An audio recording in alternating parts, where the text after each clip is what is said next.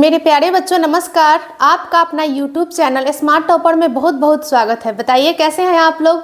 आशा करते हैं आप लोग बिल्कुल स्वस्थ होंगे और अपना पढ़ाई भी सही ढंग से कर रहे होंगे। तो बच्चों आज का जो हमारा क्लास है वो बहुत ही ज़्यादा इम्पॉर्टेंट होने वाला है, क्योंकि आज हम आप लोगों के लिए लेकर आए हैं क्वेश्चन बैंक, जो कि हम आज पढ़ाएंगे। हिंदी 2022 में पूछे गए 100 प्रश्नों को हम हल करने वाले हैं। तो क्वेश्चन बैंक से भी बच्चों बार बार प्रश्न रिपीट होता है एग्जाम में, तो क्वेश्चन बैंक को भी पढ़ना बहुत ज़्यादा इम्पॉर्टेंट हो गया है। बुक से भी प्रश्न आते हैं, लेकिन क्वेश्चन बैंक को भी पढ़ना बहुत ज़रूरी होता है और ये वीडियो आप लोगों के लिए बहुत ही ज़्यादा हेल्पफुल रहेगा। तो आइए हम लोग देखते हैं कि हिंदी का पहला प्रश्न क्या है, जो 2022 का क्वेश्चन है उसमें। तो आइए हम लोग पहला क्वेश्चन देखते हैं। जो पढ़ के अधीन है, जो पढ़ के अधीन है उसके लिए क्या शब्द प्रयोग किया गया है? तो उसके लिए जो शब्द प्रयोग किया गया है वो है पराधीन।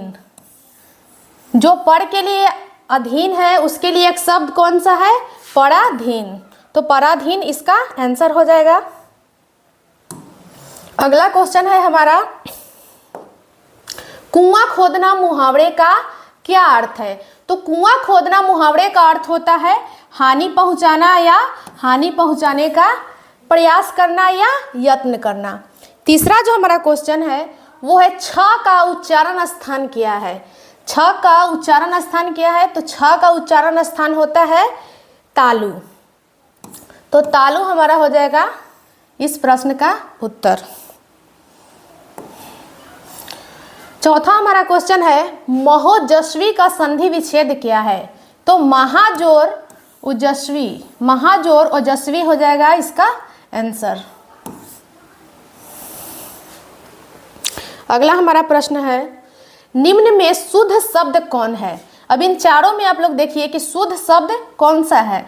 तो शुद्ध शब्द है गुप्त। नेक्स्ट क्वेश्चन है, गिरोह शब्द कौन संज्ञा है? तो गिरोह शब्द समूहवाचक संज्ञा है।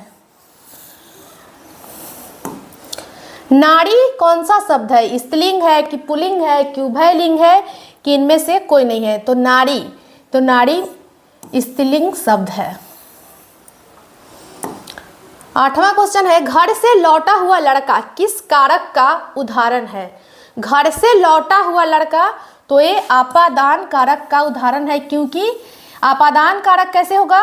क्योंकि इसमें अलगाव उत्पन्न हो रहा है, घर से वो लड़का अलग हो रहा है, इसीलिए यहाँ पे अपादान कारक का उपयोग किया गया है। तो इसीलिए इसका आंसर होगा अपादान कारक। नेक्स्ट हमारा जो क्वेश्चन है वो है, वह देखता है किस काल का उदाहरण है? तो वह देखता है, तो ये तो नॉर्मल सी बात है कि वर्तमान काल का उदाहरण है। विमुख शब्द में उपसर्ग क्या है? तो उपसर्ग तो बच्चों आप लोग जानते ही होंगे कि जो आगे लगता है, जो शब्द आगे लगकर कुछ नया शब्द बनता है उसको उपसर्ग कहते हैं। तो इसमें देखिए वी आगे लगा हुआ है, तो इसीलिए इसमें उपसर्ग हो जाएगा वी। भारतीय संविधान का निर्माता किसे कहा जाता है? अब यहाँ से हमारा बुक का क्वेश्चन स्टार्ट हो गया है। तो बुक में हमने आपको पढ़ाया था कि संविधान के जनक के रूप में किनको जाना जाता है या भारतीय संविधान का निर्माता किसे कहा जाता है? तो वो कहा जाता है डॉक्टर भीमराव अंबेडकर जी को। तो हमारा सी ऑप्शन सही हो जाएगा। सेन साहब की पांचों लड़कियां कैसी थी? तो सेन साहब की पांचों लड़कियां बहुत ही सुशील और समझदार थी। नेक्स्ट क्वेश्चन है, यूनान व रोम के संपूर्ण साहित्य से कहीं अधिक विशाल है हमारी संस्कृत भाषा और साहित्य। ऑप्शन नंबर ए सही होगा हमारा। नेक्स्ट क्वेश्चन है, नाखूनों का बढ़ना किसका परिणाम है? नाखूनों का बढ़ना मनुष्य की अंध सहजात वृत्ति का परिणाम है। अगला क्वेश्चन है बच्चों, हिंदी तथा इसकी विविध बोलियां किस लिपि में लिखी जाती है? तो आप लोगों को तो पता ही होगा कि संस्कृत और हिंदी की लिपि क्या है। तो संस्कृत और हिंदी की लिपि देवनागरी है, तो इसीलिए इसकी लिपि हो जाएगी Devanagari. Option number C. Mitra Milan शीर्षक कहानी संग्रह किसकी रचना है? तो मित्र मिलन, ये तो हमारा बुक से रिलेटेड प्रश्न है, तो ये अमरकांत की रचना है। लेखक की पत्नी के रिश्तेदार किस दिन आए थे? लेखक की पत्नी के रिश्तेदार रविवार के दिन आए थे, जो बहादुर चैप्टर का ये क्वेश्चन है। लेखक रामविलास शर्मा कब से कब तक भारतीय प्रगतिशील लेखक संघ के महामंत्री रहे? तो ये है 1949 से 1935 ईस्वी तक प्रगतिशील लेखक संघ के महामंत्री रहे थे। द्वंद्वात्मक भौतिकवाद मनुष्य की चेतना को आर्थिक संबंधों से प्रभावित मानते हुए उसकी सापेक्ष स्वाधीनता की स्वीकार करता है। यह पंक्ति किस शीर्षक पाठ की है? तो यह हमारा परंपरा का मूल्यांकन पाठ का ये इतना पंक्ति लिया गया है। अगला क्वेश्चन है, नेपाल में बिरजू महाराज के एक रिश्तेदार थे जिनका नाम था झुमक लाल। जिनका नाम था क्या बच्चों? झुमक लाल। नेक्स्ट हमारा क्वेश्चन है, ईश्वर पेटलीकर कहाँ के लोकप्रिय कथाकार हैं? तो ये वर्णिका चैप्टर का प्रश्न है, जो कि है गुजरात के। सी हमारा ऑप्शन सही है। धरती कब तक घूमेगी कैसी कहानी है? तो धरती कब तक घूमेगी आंचलिक कहानी है। नेक्स्ट हमारा प्रश्न है, अगले दिन सीता ने क्या किया? अगले दिन सीता ने घर छोड़ दी थी। पापत्ती बेहोश क्यों पड़ी थी? तो पापत्ती तेज बुखार के कारण बेहोश पड़ी हुई थी। नेक्स्ट क्वेश्चन है, मंगू कब से पागल थी? तो मंगू जन्मजात ही पागल थी, यानी कि जन्म से ही पागल थी। पागलों के अस्पतालों में उपद्रवी मरीजों को कैसे रखा जाता था? तो जो उपद्रवी यानी कि जो लोग उछल कूद ज़्यादा करते थे, जो तोड़ फोड़ ज़्यादा करते थे, उनको बांध कर रखा जाता था। नेक्स्ट हमारा जो क्वेश्चन है वो है, मंगू को अस्पताल में भर्ती करने के लिए मां के पुत्र ने किसका ऑर्डर प्राप्त किया? तो मंगू को अस्पताल में भर्ती करने के लिए उन्होंने मजिस्ट्रेट से ऑर्डर प्राप्त किया था। 28 हमारा क्वेश्चन है, लक्ष्मी अपनी दोनों लड़कियों और छोटे बेटे को सुलाकर कहाँ गई? तो वो गई थी रसोई में। नेक्स्ट हमारा प्रश्न है, अरे अपनी अमीरी दिखाने के लिए रसमलाई भेजी है क्या? यह किसने कहा? तो ये कहा है बिज्जू की पत्नी पुष्पा ने। ऑप्शन नंबर सी हमारा सही है। वल्ली अमाल से कहाँ के डॉक्टर ने पापत्ती को लेकर मदुरै जाने को कहा था? तो गांव के डॉक्टर ने उनको कहा था कि शहर के मतलब मदुरै शहर ले जाइए, वहाँ पे जो आपकी बेटी है पापत्ती वो सही हो जाएगी। नेक्स्ट हमारा क्वेश्चन है, सच्चिदानंद हीरानंद वात्सेन अगे के पिताजी का क्या नाम है? यहाँ पे क्वेश्चन छूटा हुआ है बच्चों, तो यहाँ पे हम लिख देते हैं कि सच्चिदानंद हीरानंद वात्सेन अगे के पिताजी का क्या नाम था? पिताजी का क्या नाम था?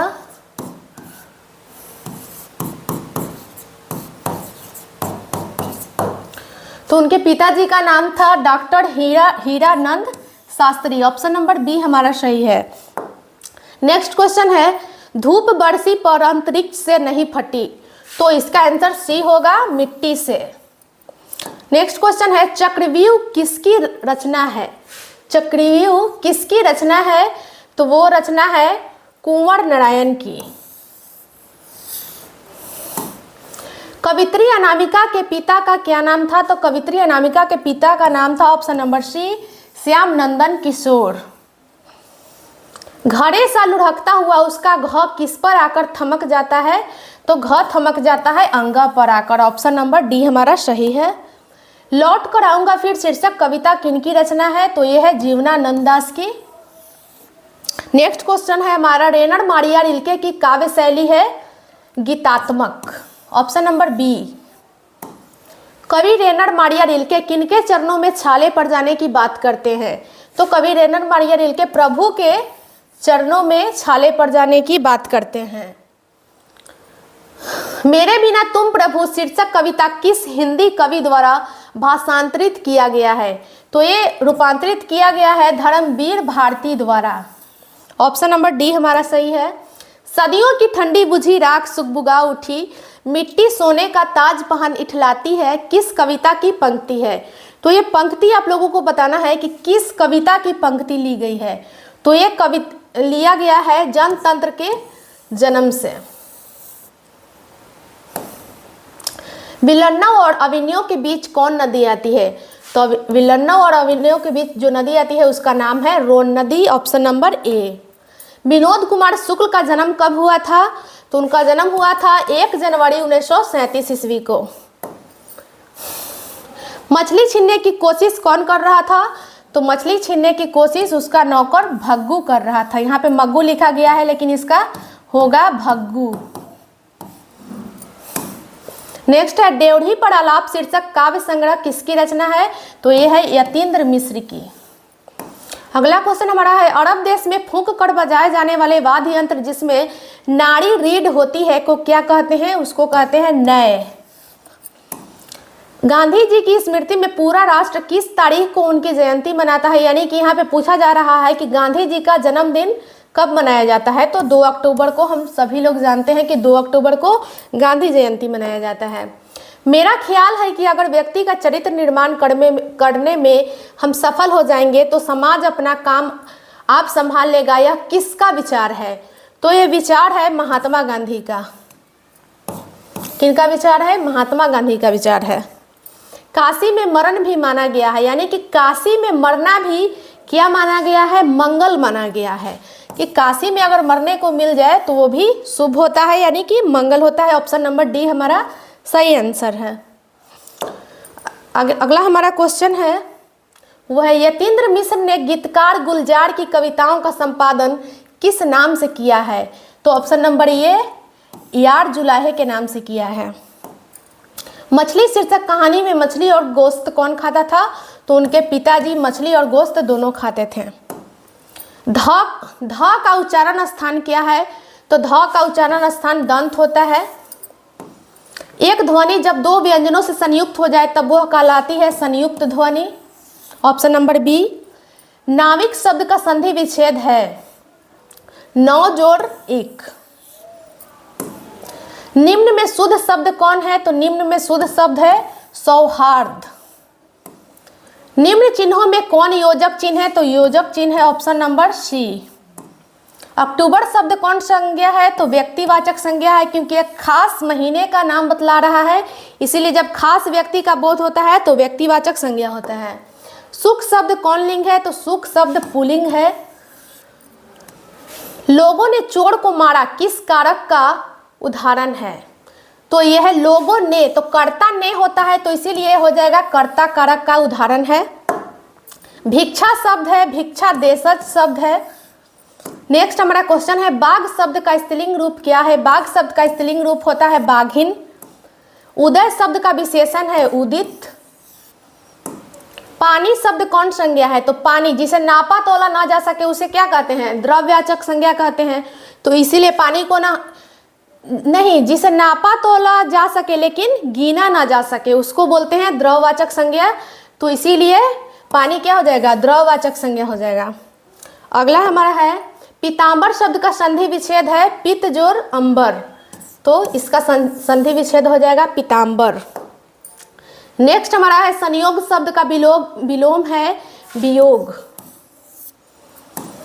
छत से उतरी हुई लता किस कारक का उदाहरण है? तो हमने आपको पहले भी बताया कि जहाँ पे अलगाव उत्पन्न होता है वहाँ पे अपादान कारक का यूज होता है। तो छत से उतरी हुई लता, तो छत से क्या लता हो रही है? अलग हो रही है, यानी कि अलगाव का भाव उत्पन्न हो रहा है, तो यहाँ पे क्या हो जाएगा? अपादान कारक हो जाएगा। नेक्स्ट हमारा है श्रीनिवास जी का जन्म कहाँ हुआ था? तो श्रीनिवास जी का जन्म हुआ था कोलार कर्नाटक में। Option number B. लड़का अगर कुल उधम करता है तो उसे मना करने का हक मुझे नहीं, या किसने कहा? मंगम्मा ने। तुरई के फूल की तरह खिल खिलाकर हंसते लोग सहसा मुरझा गए, यह पंक्ति किस कहानी की है? तो धरती कब तक घूमेगी, इस कहानी की है। बारी बारी से गांव के लड़के किसकी निगरानी कर रहे हैं? तो बारी बारी से लड़के दलेई बांध की निगरानी कर रहे थे। मंगू की माँ अस्पताल के लिए किसकी उपमा देती है? तो वो उपमा देती है गौशाला की। गुरु नानक की रचनाओं का संग्रह किसने किया? तो गुरु नानक की रचनाओं का संग्रह सिखों के 5वें गुरु अर्जुन देव ने किया। वाणी कब विष के समान हो जाती है? तो राम नाम के बिना हमारी वाणी क्या हो जाती है? विष के समान हो जाती है। कवि रसखान किस राजवंश में उत्पन्न हुए थे? तो वो उत्पन्न हुए थे पठान राजवंश में, ऑप्शन नंबर बी। प्रीतम नंद किशोरो जा दिन ते नैननी लगियो, मन पावन चितचोर पलक ओट नहीं करी सको। तो चितचोर यहाँ पे किसको कहा गया है? तो चितचोर यहाँ पे भगवान श्री कृष्ण को कहा गया है, इसीलिए ऑप्शन नंबर सी होगा। प्रेमैनी श्री राधिका का ये पंक्ति है। घनानंद रचित अत्यंत प्रसिद्ध क्या है? सवैया और घनाक्षरी घनानंद की प्रसिद्ध रचना है।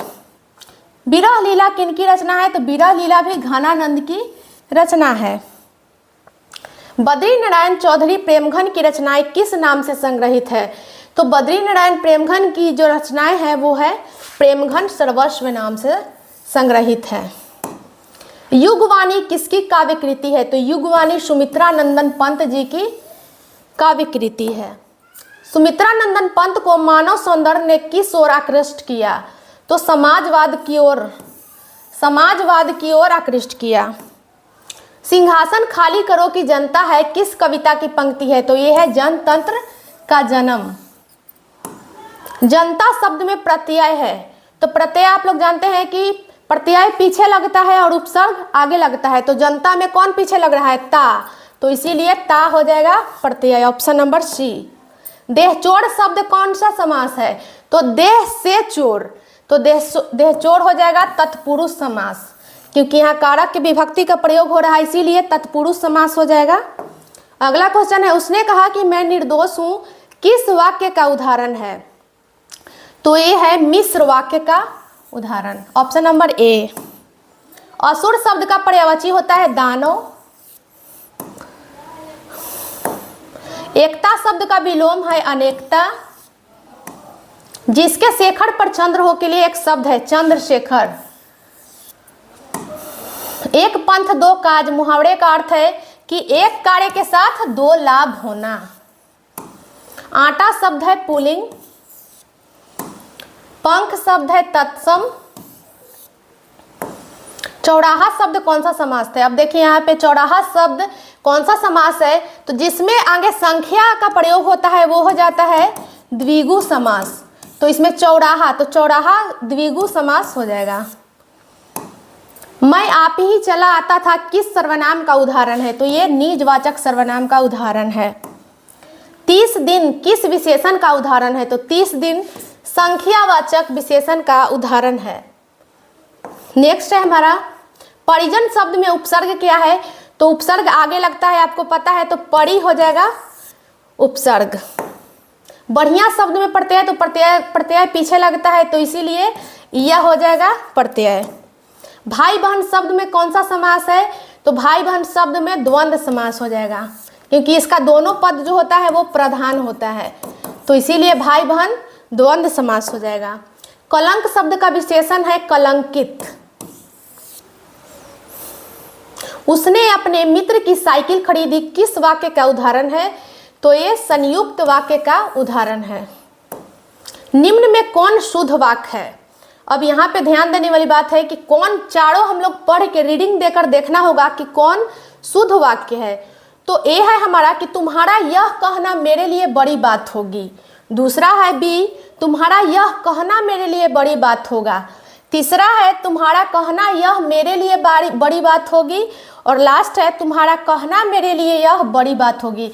तो पढ़ने में ज़्यादा अच्छा ये लग रहा है ऑप्शन नंबर ए, तुम्हारा यह कहना मेरे लिए बड़ी बात होगी, इसीलिए इसका ऑप्शन नंबर ए होगा। नेक्स्ट है अयोध्या के राजा दशरथ के 4 पुत्र थे किस पदबंध का उदाहरण है? तो ये संज्ञा पदबंध का उदाहरण है। लास्ट हमारा क्वेश्चन है कपड़ा शब्द का पर्यायवाची शब्द क्या होता है? तो कपड़ा शब्द का पर्यायवाची शब्द होता है पट। तो हमने आज बच्चों टोटल 100 ऑब्जेक्टिव क्वेश्चन हल किए, जो हिंदी का था और 2022 में पूछे गए प्रश्न था। 2022 का पूछा गया प्रश्न था प्रथम पाली का। नेक्स्ट वीडियो में हम इसका सेकंड पाली भी बताएंगे, यानी कि द्वितीय पाली का भी इसका हम 100 ऑब्जेक्टिव क्वेश्चन कराएंगे। आप लोग ऐसे ही हमारे चैनल पे बने रहिए, और अगर आप हमारे चैनल पे नए हैं तो कृपया हमारे वीडियो को लाइक, सब्सक्राइब और ज़्यादा से ज़्यादा मात्रा में शेयर कीजिए। धन्यवाद।